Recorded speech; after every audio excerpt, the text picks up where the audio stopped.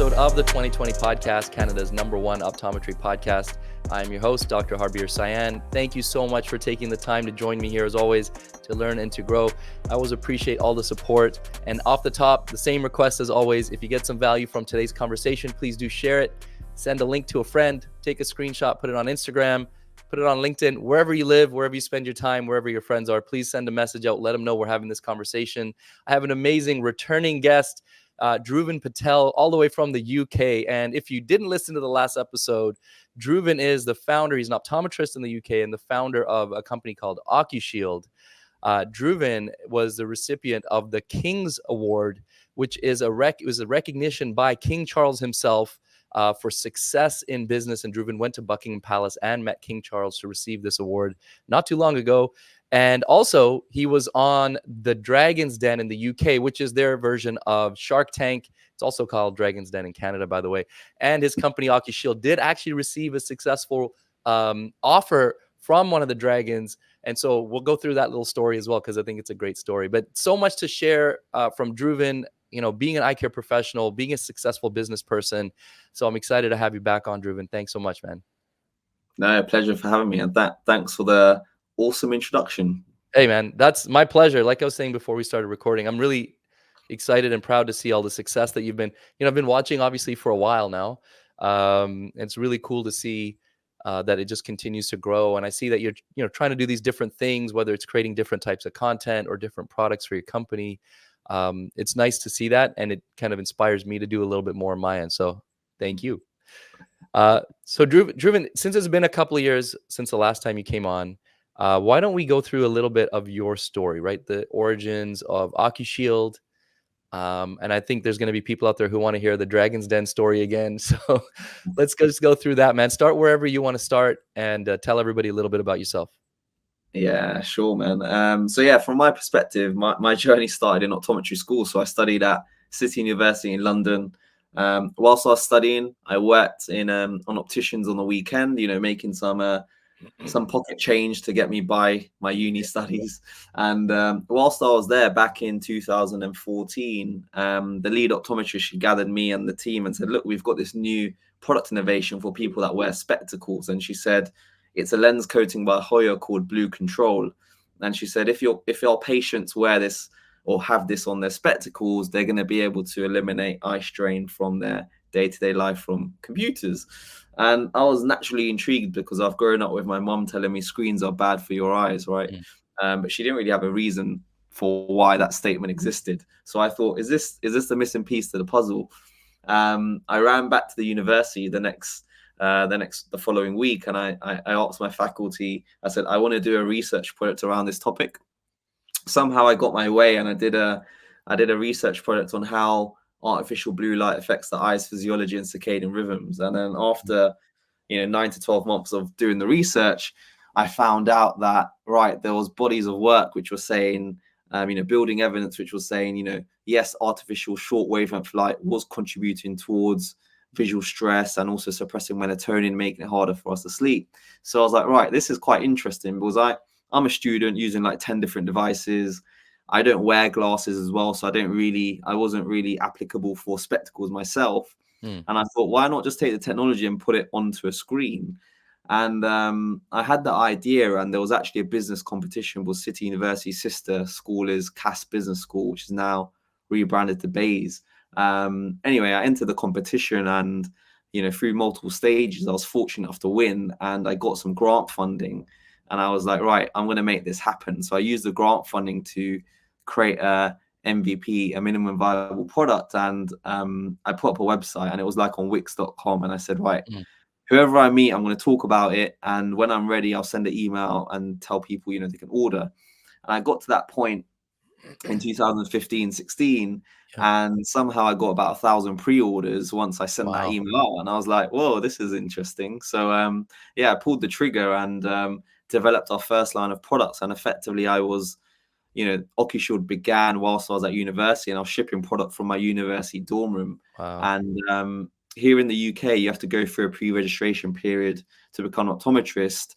And then you're tied into Specsavers or whoever you are afterwards for one or 2 years. So I didn't actually go, I qualified in 2018 So I was working on the business part-time, my evenings and lunches, and I grew the business to about 100K turnover. And I was like, right, I've Wow. qualified now.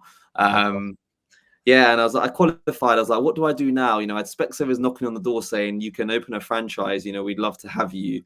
Or I could go full time in Ocushield. And I just thought, you know what? I'm gonna take my chances here, because I love the idea of creating products and services and people using them when I'm not there. For example, if I'm testing eyes, I have to be there. But if Yeah. I can create stuff and people, work, so I see, I was like, let me give this a go. So I went all in, and my journey started to lift off from then, because I had obviously more time, which made more output. And from then, invested more time and resource on creating a brand which is all about letting eyes thrive. So now we create products that don't only just filter harmful blue light, but also allow you to support from a dry eye perspective with eye masks, for example, wider with eye supplement, lighting, etc., etc. And the business is effectively a consumer goods brand, selling direct to consumer, but also retailers like we've worked with Nordstrom in America, and also going live on QVC USA quite soon as well as John Lewis and WH Smith in the UK, and also numerous other employers. But yeah, hopefully that gives you a bit of a background into the journey where we started and where we're at. That's awesome, man. That's a very quick recap. I know there's a lot of stuff in between, but that's amazing to think about. You heard about blue light blocking glasses. You like the next day went back to school, like, let me do some research on this. And then so within a year, you started your own company and got all those pre-orders. And I think that pivotal point, I personally, in my opinion, and I think your kind of experience to this date will confirm it too. I think that was the right decision to make, where you decided to go full into Ocushield instead of practice. And the one thing you said in there is like the one thing I think any entrepreneur is really thinking about is like, how can I make money without being in a physical place? I think ultimately that's the goal, right? That's incredible that you did all of that. So I know I asked you this on the last one. So there's, we talked a little bit on offline before we started recording. There's certain questions that I'm going to have to ask you, because if I don't, people are going to come at me and be like, what kind of interview are you if you're not asking these questions, right? So number one is, and I know we talked about this before, and I'm sure you heard this lots as well, is like, there's a lot of like mixed evidence on blue light, right? And there's people who will say it works, and others who will say it has no effect. Where do you so how do you kind of respond to some of the critics in that sense? Yeah, so a lot of the research done when it comes to blue light from a sleep perspective, I think most of the community is quite happy with the evidence that blue light does impact our sleep if we're looking at screens or artificial light sources post sunset. I think that's pretty much happy in most people's minds. I guess the question is, when we're talking about eye strain and visual stress and headaches, I think there's more people on the fence. And yeah, for us, we've looked at the research, and a lot of the research looks at lens coatings. And if you look at lens coatings from providers like Ahoya or Essilor, etc., they only on average filter about 19% of the harmful blue light. So we're talking about blue light from 380 to, let's say, 500 nanometers on the spectrum of light. And of course, from screens, you don't get anything on the UV light spectrum. So it's all above kind of the 405 nanometers to 500 nanometers. Now, a lot of the research that's done has been done on spectacle lens coatings. So, if you're talking about 19% of something, it's not a lot. And if you put that into a study, obviously the results you're going to get is not going to be great, right? You're not going to get the result or the outcome that you want. And if you look at our products, for example, on average, we filter 54% of the harmful blue light. So we've done our own clinical trials. Actually, we're pending a peer review at the moment, but our own clinical trials showcase that there's a reduction in eye strain and dry eye symptoms because of our filters. And that study itself also echoes other studies that are out there that looked at deeper blue light blocking or blue light filtering products, which don't just do 19% or something. So a lot of the information that and research out there, it's hard to interpret because everyone's using different types of products to then test. And then you've got also intervariability on the study, the methodology, what they're measuring, and how long someone's done it for. And there's all of this to unpack. So yeah, I'd say that's kind of our response, and we've that's why we wanted to do our own clinical trials as well, right? It's to say, right, how can we how can we conclude these conversations for people in the profession, which, you know, effectively are my peers, right? Because, you know, I'm an optometrist, and I'm here kind of challenging the status quo to say, look, don't give up on it just yet. Kind of keep thinking about, was it, you know, customers and patients, they are aware of the problem, they want a solution. So actually, it's in our best interest to see and go deeper in the research to say, right, is there something here that could be helping patients? And if so, why are we not giving them the balanced view of, hey, this is what kind of the research is out there. You know, we can of course provide you a solution, and it's shown to work for some people. Some people it might not, but it's up to you to make that decision as a patient. And this is the information. Yeah, absolutely.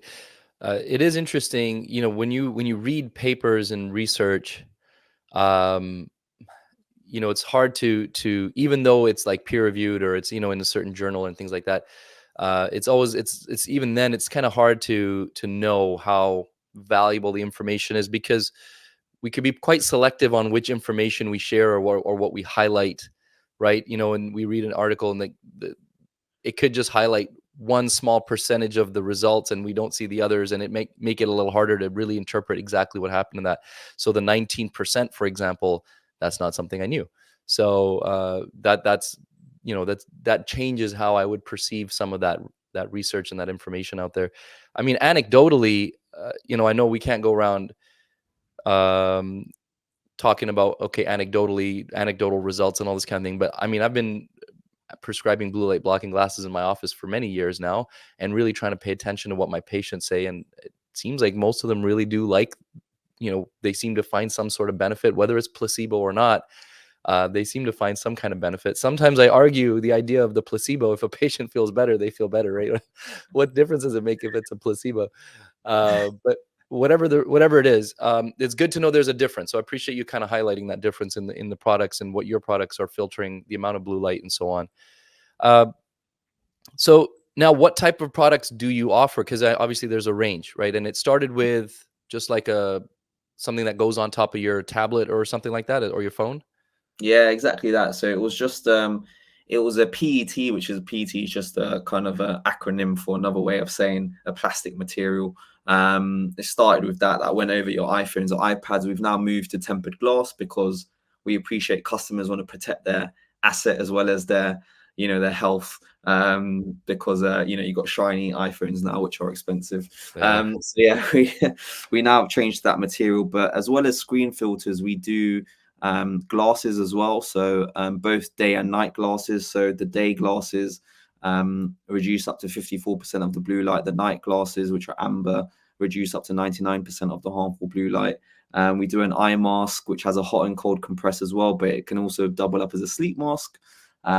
We do some lighting products. So a desk lamp, which is eye friendly, flicker free, and you can toggle through warm light to daylight. So it really puts the power in the consumer's hand and also educates them on what light is best for them at different times of the day, because a lot of people aren't aware actually. And, you know, more people are becoming clued up on, you know, we need that natural white light from the sun during the morning / early afternoon, but late afternoon to evening, you kind of want to dumb that down. And even so in your home environment as well, it's quite important. So as well as the portable light, we do light bulbs. What else do? We do an eye supplement as well. And lastly, because we're around how we can make technology friendly for individuals, we also with one of our investors, we licensed some technology which is patented, which helps reduce EMF radiation. So it's electromagnetic radiation, which has been shown to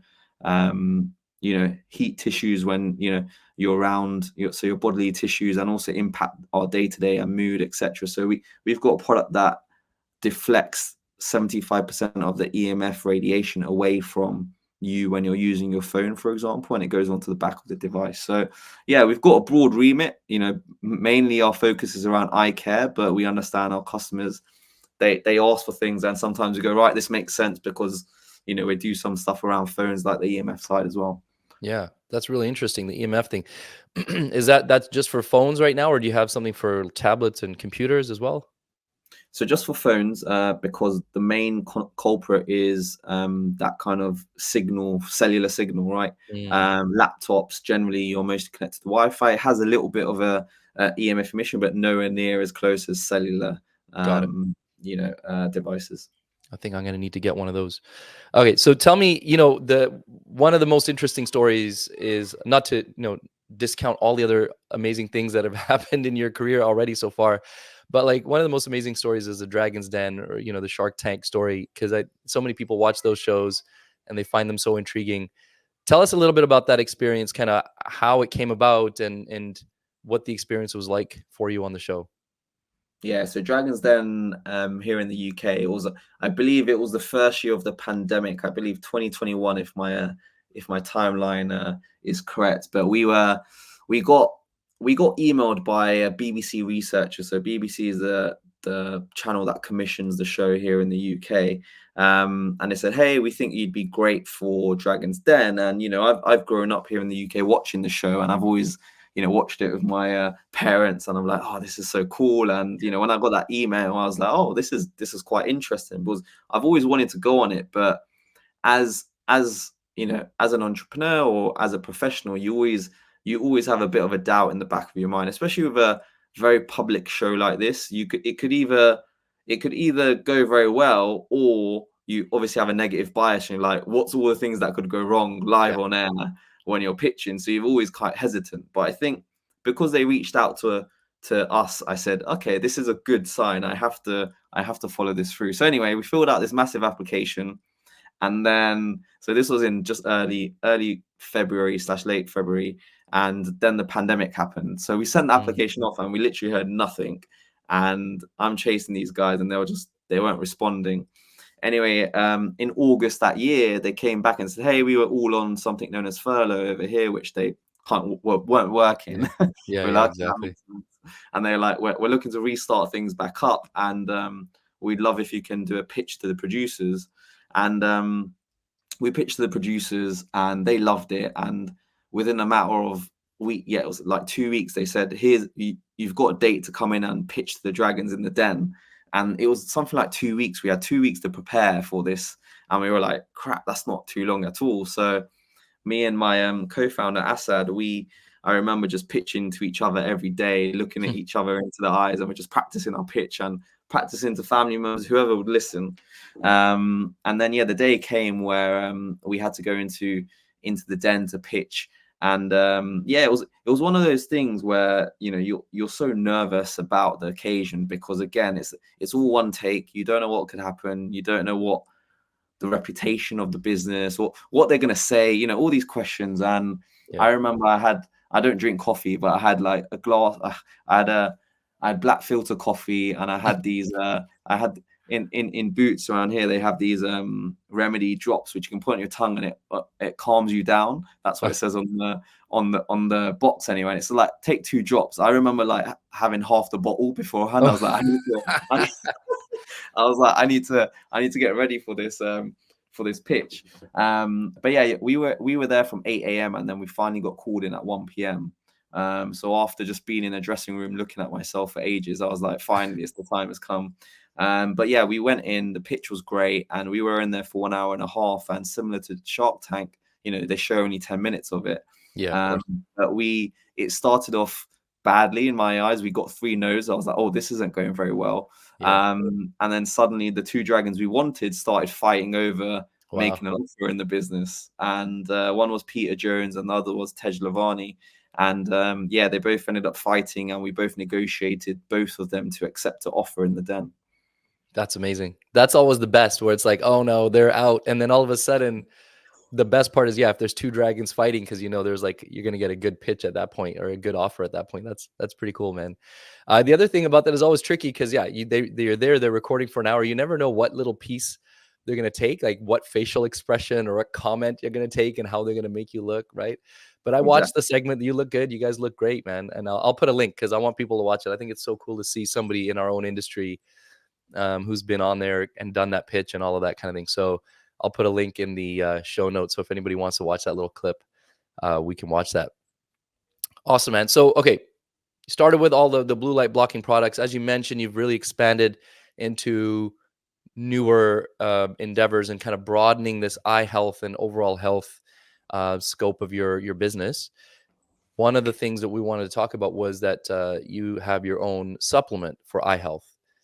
So tell us a little bit about what is it called and what is the purpose, or who are you targeting with the supplement? Yeah, so the supplement's called Ocushield's 360 eye supplement, and the reason we went down this vertical, we look at a lot of data. We look at our customers and we say, what are you suffering with? And a lot of them come to us saying they're suffering from dry eyes or eye strain or eye fatigue, and also what their concerns are, which is the longevity of their eyes and maintaining the vision and being able to see for as long as possible, right? So we looked in for a long time. We were like, yeah, we want to do an eye supplement to support kind of our customer base. And when we looked into it, we did some research, and everything we found in the market was really mass produced and just didn't have high quality ingredients when it came to how they're put together. And to elaborate on that, your favorite everyday supplement that's probably used, or if you're an optometrist recommended, is usually put together through with a lot of binder ingredients, and binder and filler ingredients are used to hold the supplement or the ingredients together. And over time, if you imagine you're a 50-year-old patient and you're taking an eye supplement for the rest of your life because they might have an aging, well, they definitely have an aging eye, but they might also be concerned about macular degeneration or more. And if you think an eye supplement has tons of filler ingredients and binding ingredients, if you're taking that every day for the rest of your life for 30 years, one, the impacts of that on your health, your gut health, and wider, it's not going to be very good, right? That's the view we took, because we're all about clean eating and making sure that what you put into your body is something that you'd give to your kid, right? It has to be somewhat clean. So we looked at that and we just thought, wow, there's no one, especially in the UK, that's creating something that is clean. And the markets are moving, the trends are moving towards consumers being more educated about what they take, what they use. And we just thought we had to innovate in this space. So we put together an eye supplement which has no filler or binding ingredients. It's held together by organic ingredients that don't affect your gut. It's also a vegan formulation. So, the main ingredients of the supplement, of course, is your lutein and zeaxanthin, which is based on AREDS2.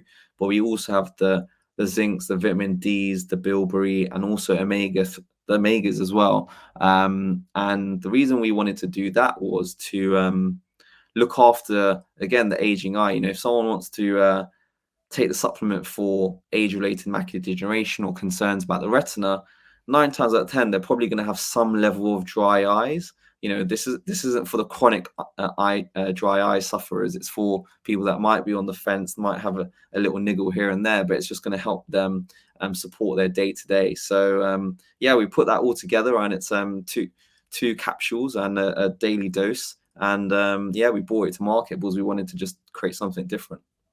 Yeah, that's great, man. That's really all of the, a lot of the things that you touched on there, I think are really important things to keep in mind. Like, the fillers, the binders, you're right. So like that's such a topic that's really top of mind for so many patients right now is gut health, what we're putting in our body, especially if it is something that you're taking, like you said, every single day for 30 years, the effect of that can add up.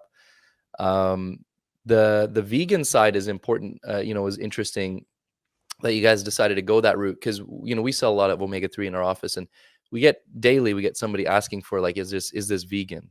Even the other capsules, right, of the other products that we're selling, they'll ask, is this vegan?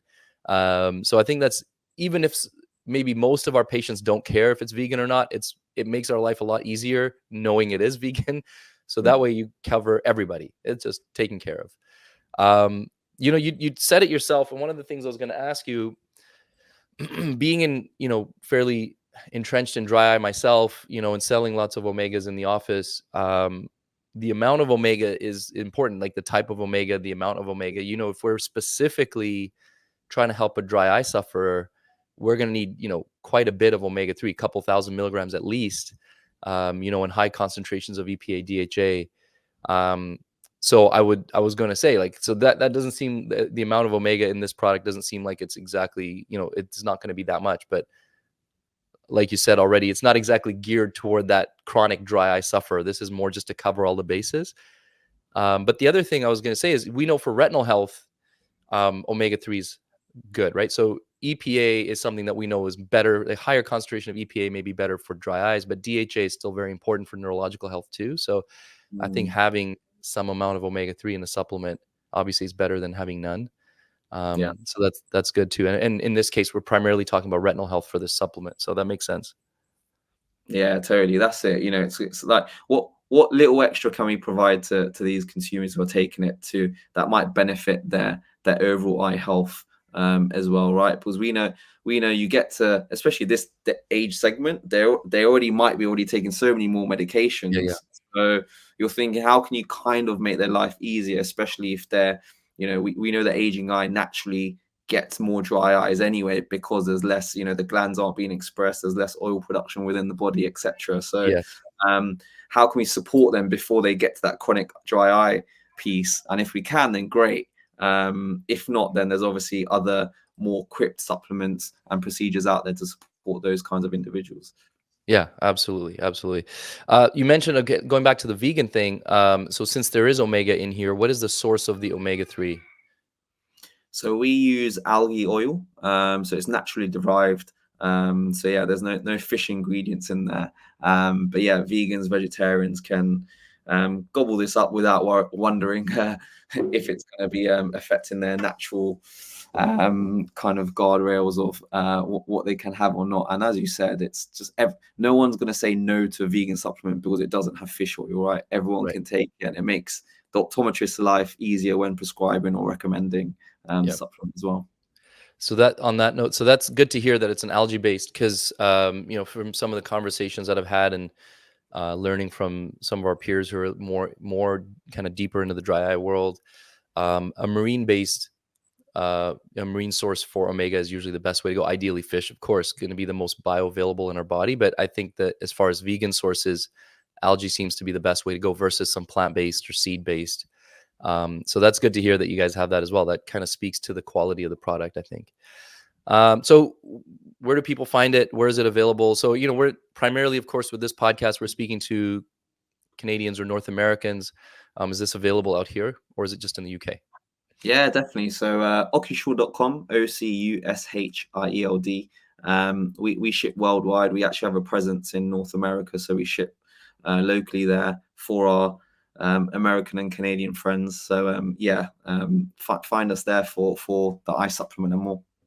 What about optometrists out here who would want to sell it in their office? Is that an option as well? Yeah, definitely. We want to work with more ODs and more practitioners and clinics. So again, if you can reach out to me personally, or even hit us up on the website, contact us form, and just let us know, and someone from the team will come back to you and just help you establish how you can make that happen. Okay, sounds good. What else, man? So you guys are, as we were saying, growing, doing all these different things.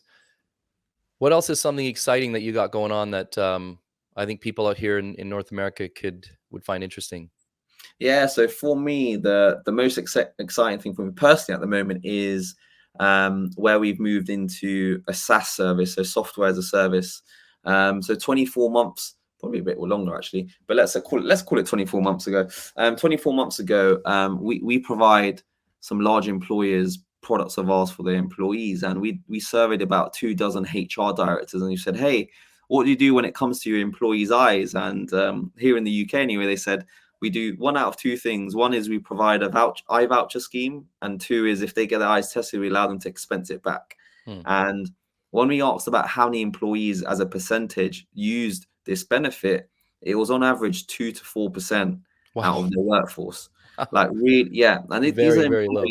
Very low. These are employers that will have tens of thousands of employees to hundreds of thousands of employees, right? And if we're all and a lot of these companies are office based, if they're all using screens, they're using their eyes, I'm just thinking, wow, there's a big opportunity here that they're not being looked after.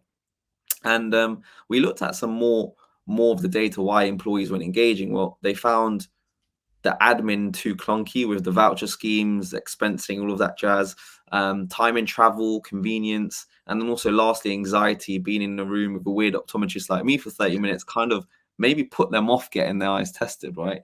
So he said, how can we make it a better first step for individuals to engage with the eye care pathway? So what we developed was an eye screening solution, which allows any consumer, employee, or patient to screen their eyes in under 7 minutes from a smartphone or laptop to check things like vision, contrast sensitivity, astigmatism, depth perception, central visual field, and color vision. And if an issue is detected, we then signpost them to an optician's for them to then get their eyes checked out. And effectively, we want to be that kick up the bum to say, okay, something's wrong.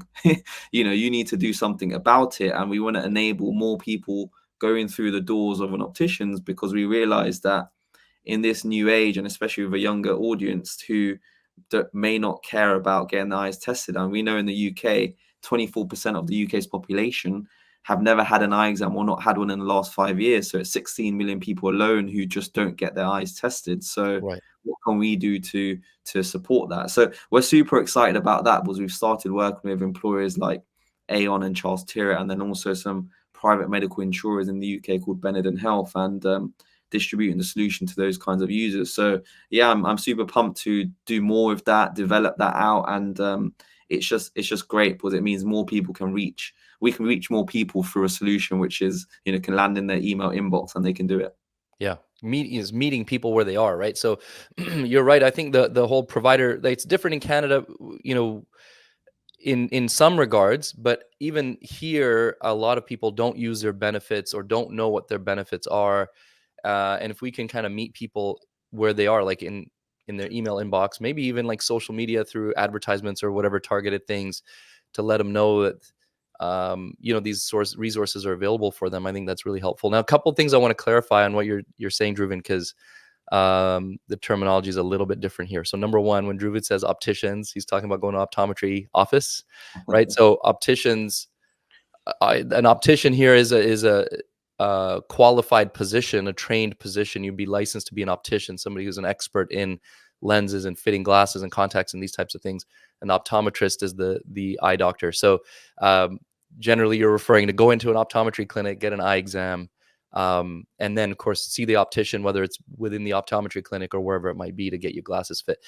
The second thing, when you're talking about this screening, I think really important, because right now there's a bit of a fear, maybe not the right word, but there's a sense that there's this sort of online boogie monster that's going to come and steal all our patients, right? So when you're talking about this screening, it's not an online eye exam, right? We're not talking about here's your automated refraction and here's your prescription when we're all done. This is simply screening, just to point out, like, oh, look, you looks like you might have astigmatism. Oh, looks like you might have some issues with contrast sensitivity. You should go get an eye exam. It's just it's a funnel to bring people into the optometry office and into the exam chair. Am I correct?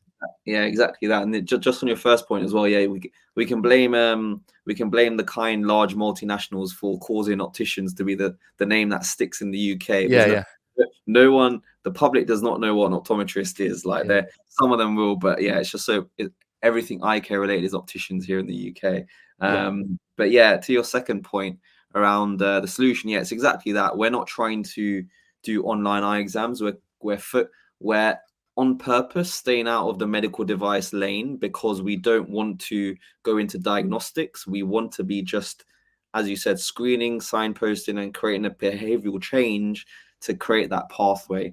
And that's where we want to stay, because we know that's also has a global scalable opportunity. Once you start getting into diagnostic lane, you then have to comply with different medical legislation in different continents. And if you're, you know, our demographic is somewhat employers and insurers, and they have global reach. So how can they launch a global product if it means you have to have legislation in each different territory? And as a small but innovative business, you want to be moving at scale. You don't want to be waiting years for approval in each region at the same time. And again, it will make the product more clunky, right? The more you put into it, which is diagnostic, the longer it takes to get a decision, right? You can't get the speed of a decision with screening. You can, because you're almost hedging your bets through an algorithm to say, right, this is what the chances are of X, Y, and Z, and that the individual also knows that, right? It's a screening test, so etc. etc. Yeah, there's no medical diagnosis at the end. It's more like you should just get this tested to confirm, right? So let's say here in North America, so this digital product is available in the US. Like if I go to Ocushield.com, is that where I would find it right now? Yeah, so if you go to our website, you can find it on the website, and you can navigate and you can try it out. Okay. And from there, what's the next step? Let's say the person goes through and let's say it says you have astigmatism, or it looks like you have astigmatism, you should get an eye exam. What happens after that? Or is it So just up to the patient to go find an optometrist?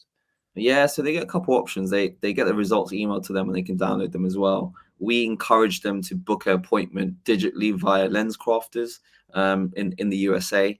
For example, here in the UK, it's Vision Express. But we want to, what you have is, again, if you identify something, you want a patient to easily then take the next step. Especially in the day of Amazon and getting food to your door. Everything's about making life easy and convenient. Once it's happened and the person has to go away to think about it, you're almost going to get 80% drop off, right? So what we do is saying, look, what to do next here. Click on this link and you can book digitally with a provider to get your eyes tested within the next 7 days, right? Even the next day if they have availability, which a lot of them do. And that's what we're trying to do here, is to increase patient adoption with behavioral change. Got it. So they can end up on the LensCrafters website, I guess, their booking page, and find their location and book an appointment wherever they are. Exactly. With a few clicks. Got it. That certainly is a lot more convenient, especially with a provider like LensCrafters that has hundreds, if not thousands, of stores around the country. Usually there's one in a specific region wherever a person might be. So that's really great. Again, I want to distinguish, we're not talking about an eye exam online. We're talking about, so Ocushield, this company that provides these eye care related products, having a service that's sort of funneling people towards just getting an eye exam, like trying to get more people to get eye exams, because we know there's so many people out there who don't and are probably overdue for their eye exam, and we're just trying to find another way to draw them into the system to make sure they get those routine annual checkups the way they should, so we don't miss any of their eye health problems. I know I'm preaching to the choir because we have our colleagues who are mostly listening to this, but just in case there's a patient listening, you should go and get your eye exam every year. Okay, so one of the other things, anything else you want to share about that, your online screening? No, I think just mainly, it's an enabler to get more people through the door, and helping, I guess, the industry is one of the main things. Yeah. Well, certainly that I can see how that would support the industry, right? To get more people funneled in to get their eyes examined and eye health checked, understand the importance of their eye health and where supplements might fall in, or blue light blocking glasses might fall in, and things like that.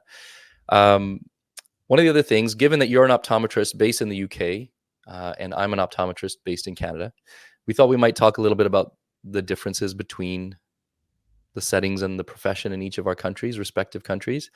For anybody who's listening, I know there's a fair number of people, Canadians, who will go to the UK to get qualified and then come back here. But there's some steps involved when they come back here to get officially licensed and to start to work to see patients. But I thought maybe, either way, whether there's someone in Canada who's listening and wants to know about the UK or vice versa, might be nice to kind of highlight some of the differences. Tell me first, because one of the biggest differences to me is when you actually start optometry school in the UK. So how old are you? What stage is that? Like right after high school, essentially. Am I correct? Yeah. So right. What's your high school? Define high school. So high school goes till, for us, grade 12. Mm-hmm.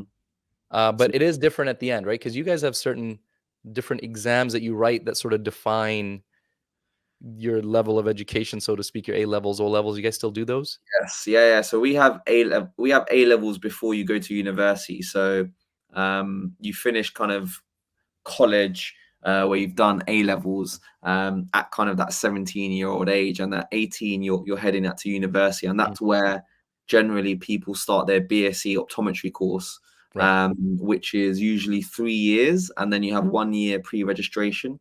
Now what they're doing in the UK is they're building it all together. So 4 years, it's 3 years plus a master's, but that master's allows you to have qualified as your pre-reg year, so you don't have to go. In the UK as a pre-reg, you go work for a Specsavers or Vision Express SLR kind of company, and you get paid like £15,000, but they pay for your fees and stuff. And it's one of those where most people are okay, it's part of the part and parcel, but pre-reg optometrist, you don't get a lot to live off on that year, basically. But it's part of the training. So okay, so that's it. So the same age, right? Grade 12 is usually around, or senior in high school in the United States is usually 17.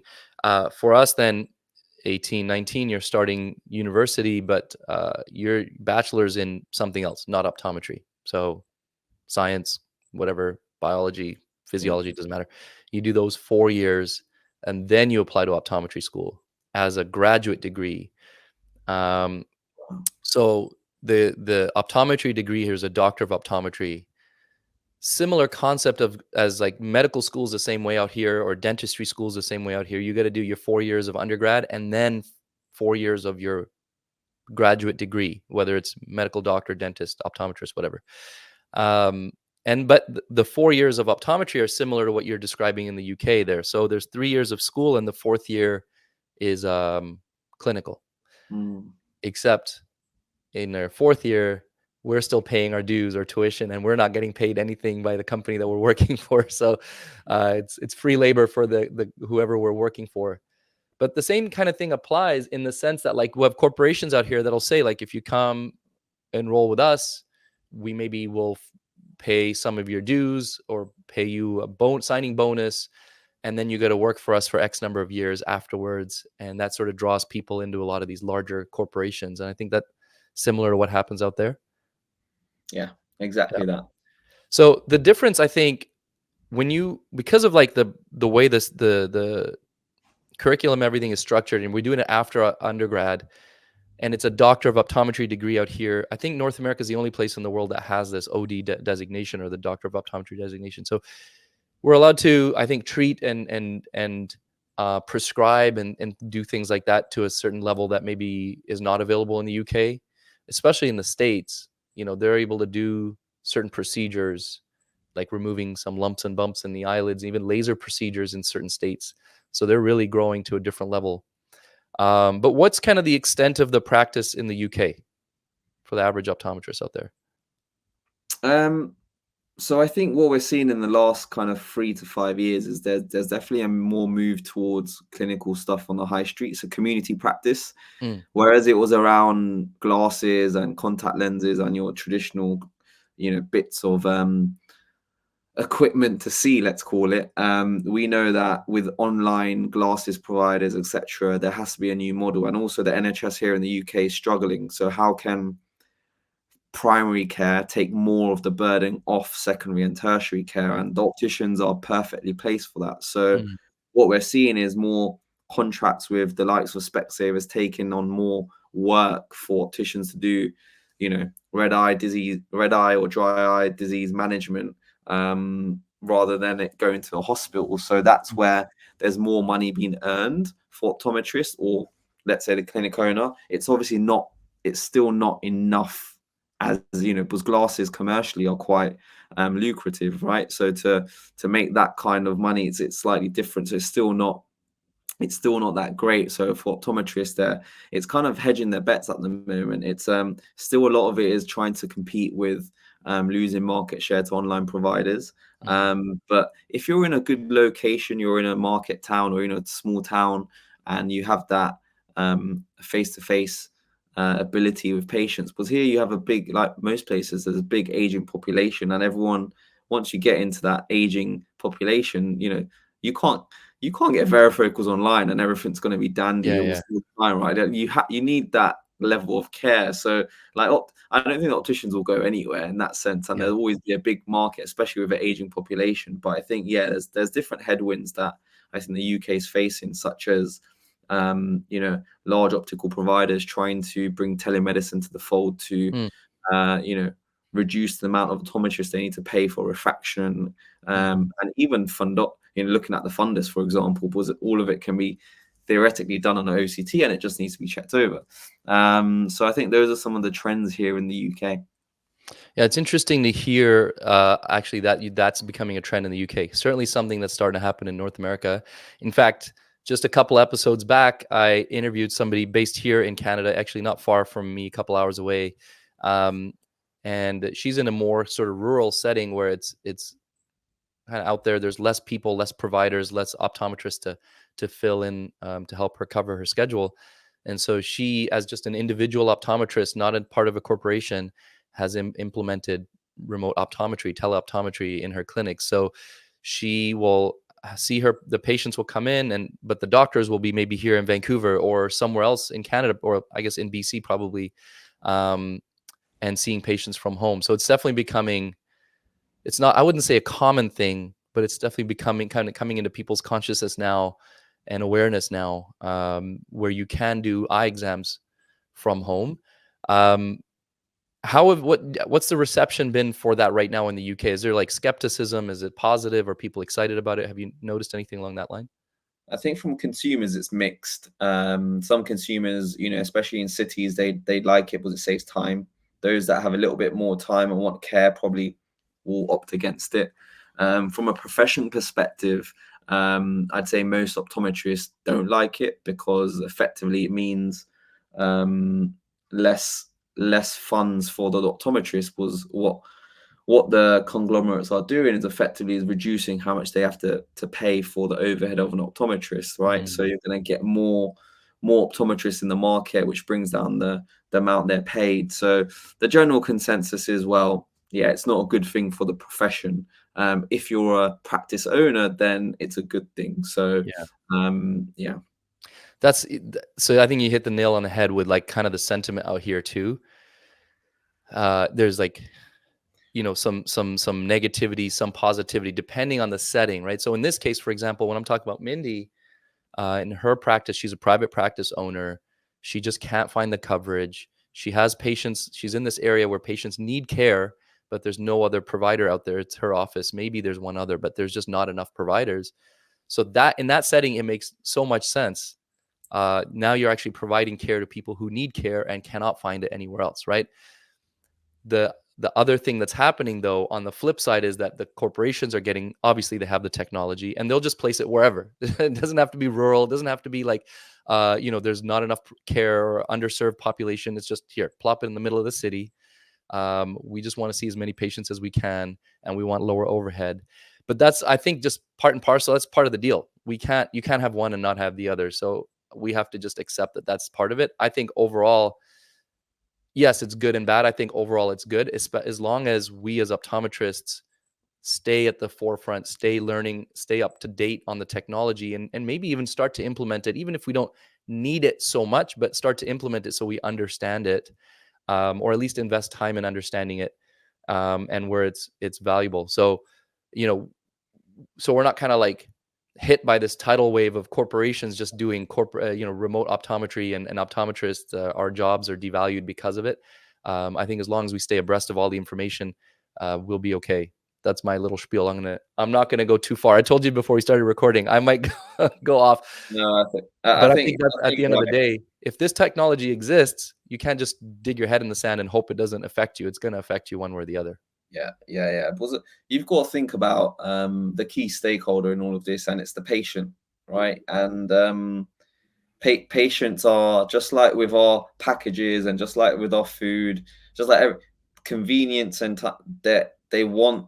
There is going to be a segment of customers that want this kind of technology, and they will drive that once they get a hold of it, right? So I Mhm. think there is and I was saying to you before as well offline is I don't think the whole segment's not going to disappear, of people wanting to come in for that full face-to-face experience. Right. Yes. There's just going to be a bigger segment of people growing that want a quick telemedicine style eye exam, which maybe can be all done for a smartphone in the future, right? Yeah. That's what they're trying to work towards. But yeah, there's still enough people out there, right, that can be seen in a face-to-face setting. Absolutely. Absolutely. And I've, disclosure here, I've seen it. I've been through it as a patient, just to experience it. And I've seen it on the other side from the doctor's perspective, what it looks like. obviously it's a little different given in the setting, for example, like Dr. Mindy Bloomberg was talking about in the episode a couple episodes ago. She has a technician that does all the tests. So there is an actual person there. It's just not the doctor. So there's a technician trained to take you through, like you said, OCT, the Optomap images, all the pre-testing. They'll do a slit lamp evaluation, and they have a very specific protocol that they follow. Magnification, slit beam, all of this kind of thing has to be all done right, and it's recorded via video. And then that information sent to the doctor wherever they are. And then the doctor reviews and then logs in, shows up on the screen. Patient can see the doctor, and then the patient does the refraction. Doctor does the refraction remotely through their laptop or their whatever, and has that conversation. Here's your prescription. The tech will give it to you. You have, everything looks healthy. Here are your images. We can review these, and then you're on your way. And it takes about the same amount of time, maybe a little more time than a normal eye exam, but about the same once you get it streamlined. And for a normal, healthy patient, you're doing pretty much everything the same. But like if there's any sort of a disease or any concern, any red flags, you have them come back to see somebody in person on a different day, right? So it's not like people are getting lost, falling through the cracks, undiagnosed or anything like that. The system has to be in place. So it does seem to work. I think we'll find out after a little more time, if it works well or if we're missing something. Yeah, no, it'll So be that's what I've interesting seen to on this see. end. Yeah, it'll be Yeah. interesting to see how it develops. Yep. All right, Dhruvin, we got a couple more questions I want to ask you that are more sort of like questions that I ask every guest at the end of the episode. Anything else you want to share? Anything we missed that you wanted to get out there? No, I think the only thing would be, if there's any practice owners that want to test eye screening solutions to try and get back any patients that have lapsed, or you've got a big list of patients not coming back. We've not done it yet, but while we're speaking again, I was just thinking, how can we engage with practice owners to support their patient database? And if we can send them our eye screening solution to then point them back to your practice, we're up for testing it. So if there's anyone that's interested awesome. in doing something, reach out. That's amazing. Actually, so funny. I'm glad you said it, because I thought that earlier too, and I wanted to ask you. Yeah, that's great. Let's say there are optometrists who would like to email this screener out to their patients, their database, to say, here's a little screening tool, and see how your eyes are doing. So you potentially license that out or something like that, so we can send that out to our patients. Yeah, totally. And look, we're at the early stage of trying to do that with optometrists. So we just charge you to cover our costs. So we're happy to build some case studies at this point and work with you to make that happen. Sweet. I'm going to take you up on that. After we get off the call, we're going to figure out how we can set that up. Awesome, Nice. man. And yeah, anybody else who's interested in that, like if you want to potentially send this little screening test out to your patients just to kind of get them back into your system, right? Get them back in the loop with your staff, getting them calling in or emailing them in, booking in, so you can get more kind of what's the right word, engagement in your recalls. I think this is kind of a cool idea, actually, what Dhruvin set up here. So I'll put something in the caption here or in the show notes here where you can maybe email Dhruvin or somebody at Ocushield to kind of get that set up. So yeah, thanks for offering that, Dhruvin. I think that could be really helpful to all eye care providers, actually. So a couple of quick questions I do at the end here. There's going to be 4 or 5 rapid fire questions. And then there's something I do at the end, which I've started doing more recently, that I call You're Welcome. And I'll explain that. I haven't given you the primer for that yet. So I'll give you a little bit of time when we actually get there to kind of think of what your answer is going to be. But let's go through the rapid fire. You don't need preparation for this. Okay, so rapid fire. First of all, Dhruvin, what gives you energy? Purpose. So knowing that I'm working towards some grand mission to make some impact. Like that, purpose is good. What drains your energy? Indirectness. Indirectness. I like that. You know what? I like that. That's really good. And I say that, I like that a lot, because I say that to a lot of people too. Like, even if it's going to hurt my feelings, just tell me, man. Just be straight. Just save everybody some time. Don't beat around the bush. That's very good. That's very good. Who do you call when you have good news? Who's the first person you call to share good news? Depends what it is, but most of the time it's probably going to be my partner. Got it. Who would you call? Who's the first person you call when there's bad news? If probably the same answer. So yeah, probably. That's a fair point. That's a fair point. Uh, what would you do if money was no object, like daily? What would you do throughout the day? I do something which I enjoy. It might be still along this mission. How can I help people's eyes? It would be probably creating some form of, I mean, if money was an object, some form of non-profit where we could teach, inspire, help, some form of community, whether it's within the eye care vertical or wider. I also love sports, so if I could couple up sports with eye care, then that would be the Yeah. perfect combo. You watch football? Yeah, Who's your team? Chelsea. Oh God. Okay. Move on.